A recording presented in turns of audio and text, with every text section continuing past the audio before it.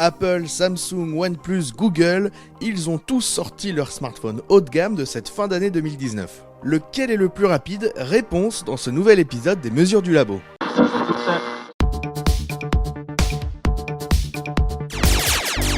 Pour ce match au sommet, nous les avons confrontés sur 3 épreuves, l'ouverture d'applications, la gestion de la mémoire vive et le chargement de pages web.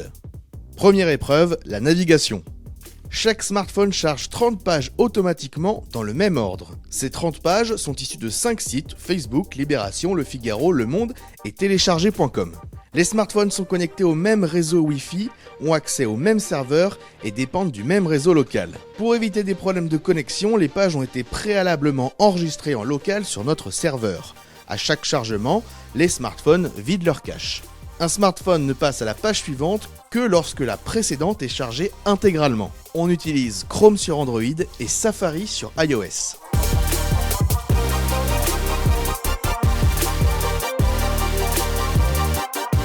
L'iPhone ressort vainqueur de ce premier round avec un test réussi en 57 secondes, bien devant le Pixel 4 XL en 1 minute 03, le Galaxy Note 10 Plus en 1 minute 04 et le OnePlus 7T Pro en 1 minute 05. Deuxième épreuve, l'ouverture d'applications. Pour vérifier la vitesse de lancement des applications, on se base sur 10 applis du quotidien. Sur chaque smartphone, les applications sont ouvertes dans le même ordre. On attend qu'une application ait fini de charger pour passer à la suivante.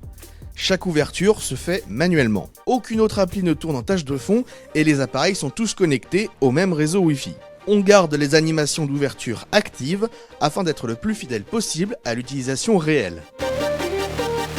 Encore une fois, c'est l'iPhone 11 Pro Max qui remporte l'épreuve en seulement 29 secondes, suivi du OnePlus 7T Pro en 33 secondes, du Pixel 4 XL en 36 secondes et du Galaxy Note 10 Plus en 37 secondes.